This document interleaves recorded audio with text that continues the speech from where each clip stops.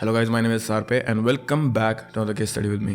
29 अक्टूबर 2024 के दिन सहारनपुर के एक बड़े बिजनेसमैन सुनील अग्रवाल ने अपने बेटे अतुल के लिए एक नई गाड़ी खरीदी थी, एक वाइट कलर की Toyota high cross.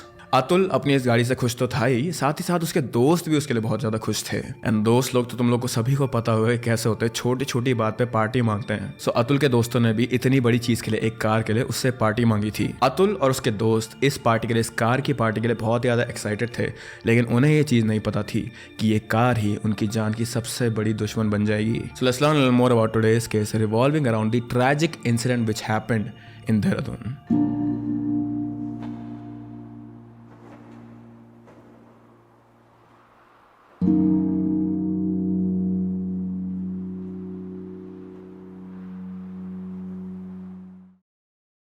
Atul Agarwal को धनतेरस के दिन उसके पापा ने एक नई गाड़ी गिफ्ट की थी और इसी की खुशी और एक्साइटमेंट में उसके दोस्त ने उससे पार्टी मांगी थी।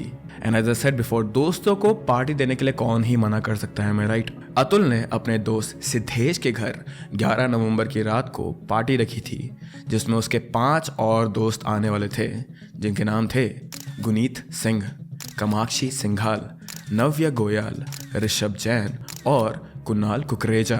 और अतुल के सारे दोस्तों की एज 19 से 25 के बीच में रही होगी। एंड इसके दोस्तों में कुछ लोग कॉलेजेस में थे और कुछ लोग अपने अपने बिजनेस चला रहे थे। उसके सारे दोस्त अपनी अपनी लाइफ में बिजी रहते थे, लेकिन उस दिन जिस दिन ये पार्टी देने की बात हुई थी, उस दिन ये सभी लोग साथ में आए थे अतुल के लिए सेलिब्रेट करने के लिए। एलिजिडली उस रात उन सातों ने अल्कोहल कंज्यूम किया था। थोड़ी देर म्यूजिक एंजॉय करने के बाद और खाना खाने के बाद उन्होंने अतुल की गाड़ी में लेट नाइट ड्राइव पर जाने का प्लान बनाया था।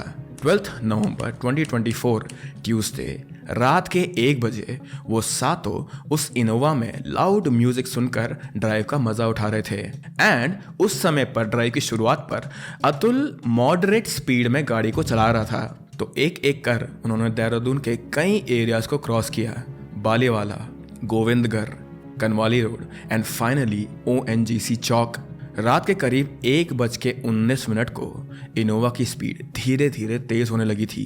60, फिर 70, फिर 90, फिर 100 और फिर 120 किलोमीटर पर आवर। कार की स्पीड इतनी तेज थी कि 600 मीटर का डिस्टेंस उसकी कार सिर्फ 13 सेकंड में पार कर रही थी। और इतनी स्पीड में उस कार में बैठे उन सातों लोगों को ऐसा लगा होगा कि वो लिटरली हवा में उड़ रहे होंगे। एंड शायद से उन सातों के सातों को मजा भी आ रहा होगा, क्योंकि अगेन अलेजिडली वो सातों के साथ ड्रंक थे।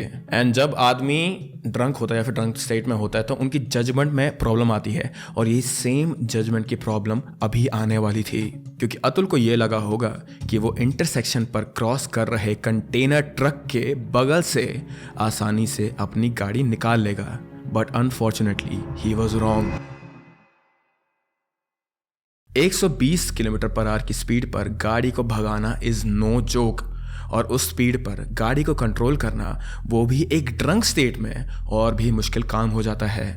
जैसे ही अतुल की गाड़ी ट्रक के करीब आई थी, ही मस्ट हैव रियलाइज कि वो गाड़ी को ट्रक के बगल से नहीं निकाल पाएगा। But it was too late to do anything. गाड़ी ट्रक के पीछे की लेफ्ट साइड से जाकर टकराई, और क्योंकि गाड़ी की स्पीड इतनी ज़्यादा थी तो ट्रक से टकराने के बाद गाड़ी की इम्पैक्ट की वजह से गाड़ी आके स्वर्ल होकर एक पेड़ से टकरा गई थी। ये सब कुछ इतने ज़्यादा जल्दी हुआ था, इन लिटरली लाइक सेकेंड्स में हुआ था ये सब कुछ, कि गाड़ी चलाने वाले 34 ईयर ओल्ड राम कुमार को समझ ही नहीं आया कि व्हाट हैपेंड देयर। उन्हें ट्रक से जो इम्पैक्ट हुआ था, गाड़ी का टकराने पे जो इम्पैक्ट हुआ था, उनसे ये तो समझ आ गया होगा कि प्रॉबेबली गाड़ी बहुत ज़्यादा तहस नहस हो गई थी, लेकिन he did not realize this thing कि जो वो उतर के देखने वाले थे, वो चीज़ उनका दिमाग कभी भी नहीं छोड़ सकती है। And it was gonna be dreadful. जैसे ही राम कुमार ट्रक के बाहर उतरे, उन्होंने देखा कि रोड पर हर जगह गाड़ी के टुकड़े ही टुकड़े पड़े हुए थे, जैसे कि मानो किसी ने गाड़ी के 1000 टुकड़े करके उन्हें रोड पर फेंक दिया हो। जैसे उसकी नज़र थोड़ी दूर गई, उसने देखा कि रास्ते के बीच में एक इंसान का कटा हुआ सर गिरा हुआ था। ये देखकर ही उसके होश उड़ गए थे। उसने थोड़ा और आगे जाकर देखा तो उसे सर का बचा हुआ शरीर दिखा था, और उसके कुछ आगे ही पेड़ से टकराई हुई वो गाड़ी दिखी थी उसे। पूरी तरह क्रश हो चुकी थी ये गाड़ी। उस गाड़ी का क्रैश का इम्पैक्ट इतना हुआ था कि गाड़ी का रूफ पूरी तरह से टूटकर गाड़ी से अलग हो गया था। गाड़ी का बोनट और डिक्की दोनों पूरी तरह से डिस्ट्रॉय हो गए थे। गाड़ी में बैठे लोग इतनी बुरी तरह क्रश हो गए थे कि ये बता पाना मुश्किल हो गया था कि उनका सर कहाँ है और पैर कहाँ है। राम कुमार डर गए थे। उसे लगा कि ऐसे एक्सीडेंट्स में पुलिस हमेशा बड़े व्हीकल को ही मुजरिम मानती है, लेकिन उसकी तो इसमें कोई भी गलती नहीं थी, as he was just following his own path. तो राम कुमार क्योंकि वो डर गए थे तो उन्होंने जैसे तैसे करके अपनी गाड़ी का, अपने ट्रक का नंबर प्लेट हटाया, अपना फ़ोन स्विच ऑफ करा और वो वहाँ से भाग गए। लेकिन उनके भागने के बावजूद भी गाड़ी का टकराने का इम्पैक्ट इतना ज़ोर का था, या फिर वहाँ से इतनी ज़्यादा ज़ोर की आवाज़ आई थी कि अब उस सीन पर 30 से 40 लोग जमा हो गए थे। और वहाँ पर आए हुए सभी लोगों ने ये बोला था कि वो जब वहाँ पर आए थे तो वो बस इस एक्सीडेंट को या फिर इस साइट को देखने पर बस प्रोसेस कर रहे थे कि आखिर ये हुआ तो हुआ कैसे। इतनी बुरी तरह से भी कोई अपनी जान गंवा सकता है, ये चीज़ लोगों ने कभी नहीं सोची थी। रोड पर 2 लोगों के डिकैपिटेटेड सर, इंटेस्टाइन्स के टुकड़े, खून, ये सब कुछ देखकर लोग शॉक में थे। लेकिन फिर भी कुछ लोग वहाँ वीडियो बनाने में ज़्यादा बिजी थे।